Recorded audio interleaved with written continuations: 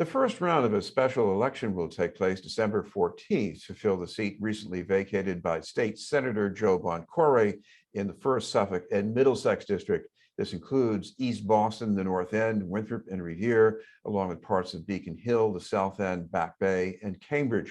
Our guest is one of the Democratic primary candidates who was the top vote getter in 2019 in his first run for the Revere School Committee. We'd like to welcome Anthony D'Ambrosio. Thank you very much for being with us, Anthony. Thank you for having me on, Chris. I appreciate it. Anthony, I read about your win in 2019. It was impressive because you were 23 years old. I think a lot of people in Revere might have known you because your father was on the school committee, but you also got a lot of new people coming out to vote for you. So how did you bring that off? Well, it was, I'm very appreciative of that win. It was a tremendous campaign and we had a great time. Our community support, which we're very proud of, comes from years of being immersed within the Revere community, working with community organizations and the strong bonds and ties that we have built with stakeholders within those organizations and stakeholders on the ground. I'm very happy to live in this wonderful city of Revere, and I feel very at home. Every time I walk down the street, I could point at 5 people and know each one of them. And that really is how you build a successful campaign, by building the bonds necessary to establish close connections and friendships with your constituents. You also have a couple of other things in your background. Your work as a financial analyst and also managing a nonprofit. Can you tell us a little bit about that? Yeah, absolutely. So while I was at college, I went to college down in New Haven, Connecticut at Yale University. And for over 2 years, I was the leader of the largest nonprofit at Yale and in the city called Dwight Hall. And it was an umbrella organization that dealt with a whole host of issues within the community, ranging from homelessness to early childhood education. Being a big public service proponent myself, I got involved early on in my career at Yale, so to speak, and was eventually elected its leader. And it provided me the opportunity to see how large organizations with multi-million-dollar budgets and a significant amount of community stakeholders involved operate efficiently. And we were able to do a lot of good work at Dwight Hall while I was there. Following that, as you mentioned, I've been a financial analyst ever since, and I've had the opportunity to work with some of the most innovative companies in the entire world, particularly in the technology industry, and engage in transactions that are worth several $1 billion on the cutting edge of the technology industry.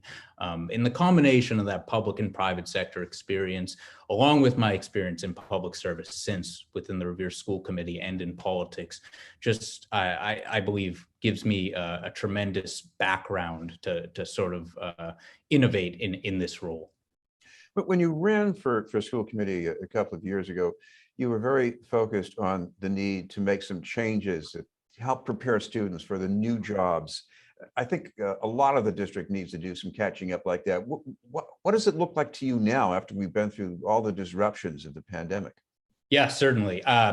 One of the biggest things that we're focused on now in the city of Revere that, I was focused on prior to the pandemic, but is also an even bigger issue coming out, is technological familiarity. All of our students need to be ready to pursue the jobs of the 21st century, and the fastest growing job segment of the market in the 21st century and of the next decade is going to be in the tech industry. And obviously in our world of Zoom, in our world of online communication, students have had to grapple with new challenges in technology extraordinarily intimately over the course of the past year and a half. But the city of Revere will likely continue to push technological familiarity within its educational system, and it's a topic that all young students and older students must focus on over the course of the next several years, particularly.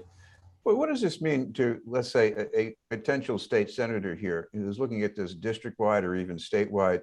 The kids in all these school systems that have to catch up, they need the technology to plug into opportunities in the STEM field. What should the state be doing about that? Well, the first thing that the state should be doing is promoting efforts to increase access to universal broadband internet. Now, it was somewhat shocking to me to learn a few months ago that over 25% of people in this Senate district don't have access to reliable broadband internet. And if students and job seekers are going to interact with the modern economy and are going to interact with the modern job market, the first step is providing that broadband internet service. We've essentially disenfranchised 25% of our population who don't have access to that first step already. In the city of Revere, over the course of this pandemic, our school district has partnered with broadband providers to provide vouchers and accessibility when it was absolutely necessary and when we were remote. But these are strategies that should be employed at a statewide level and definitely a district-wide level as we come out of this pandemic and see the way that the job market was already moving, but is now moving at an incredibly accelerated rate. Anthony, I want to ask you about infrastructure, which includes the MBTA, which is really important in this district. What's the most important thing you'd like to see done about the challenges ahead, especially the fiscal challenges? Yeah, absolutely. So one of the most important engines of economic growth in this district is almost certainly the T. And something we're dealing with right now is the Blue Line. Residents of this district should have access to incredibly cheap and easy, if not free, public transit in order to have access to the job market in Boston and elsewhere, which is incredibly important in this district. Obviously, we run into fiscal issues with the T, particularly right now because ride fares are down, as we all know. But there are potential alternatives that could fund the T as of this moment that don't rely so heavily on ride fares. It's a burden that ultimately the state of Massachusetts should most likely incur in this situation, as access to public transit, in my mind, is a right and a public good unequivocally that drives our economic and job engine within the state. I want to ask you about getting the money for things. And I think one of the other things you support are universal childcare and early education, which are important for the economy as well. But if you need new revenue for these things, and I'm sure you're going to hear from a lot of the business sectors that if you come out at us with new taxes, you're going to be driving wealth out of the state. How do you balance those two things?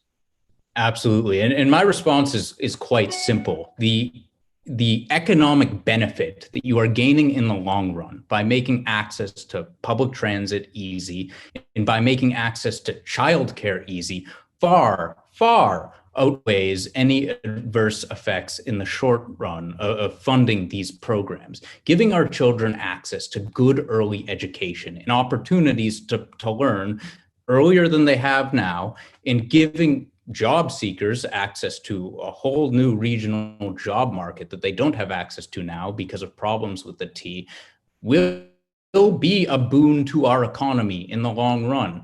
And we need to, as policymakers and potential policymakers, be thinking about the long run. In politics, there's always an emphasis on the short term because people need to get elected in short election cycles. That's not where my focus is, and that's not where policymakers' focus should be going forward. One other question, this is also about the economy. I'm sure you've seen some of the stories lately about people in the hospitality sector who have either lost jobs or they've shifted to jobs that pay them a lot less money. And a lot of these people are from the district. What should a state senator be doing for them right now? Yeah, absolutely. We need to provide support for those workers in a few different ways. First and foremost, in my mind, is support for organized labor unions in the district. And we've seen a lot of organized labor activity over the course of the past few weeks and months within the hospitality industry. Often, and honestly, more times than not in this district, the corporate side of the hospitality industry maintains far too much bargaining power with constituent unions and organized labor groups that it manages. Policymakers should be incredibly supportive of organized members of this hospitality industry in their attempts to secure better wages and secure better working conditions. Additionally, the state should look into, potential stimulus efforts for the hospitality industry, because it's an industry that obviously, as you mentioned, has been disproportionately impacted by the COVID-19 pandemic and will be at incredible risk for future pandemics, which might happen going forward. And finally, about the effects of climate change, a lot of coastline in this district. What's the most important thing the state should be doing right now? Coordinated resiliency efforts at our coastline is incredibly important. I had the opportunity a few weeks ago to take a tour of part of the Boston Harbor's coastline offered by the New England Aquarium, and something that stuck very acutely within my mind was just the disorganization of the city of Boston's resiliency efforts on its own shores. We need coordinated action from the city councils of all of the constituent towns in this district, especially the Boston City Council, from the legislature and Senate, and from the governor in zoning proper resiliency efforts along this coastline. We cannot have a fragmented strategy for dealing with the rise of sea levels, for dealing with increased storm surge like we have right now. We really need to get all stakeholders at the table to hammer out a cohesive strategy for dealing with this problem, because it needs to happen along the entire coastline, not just in parts.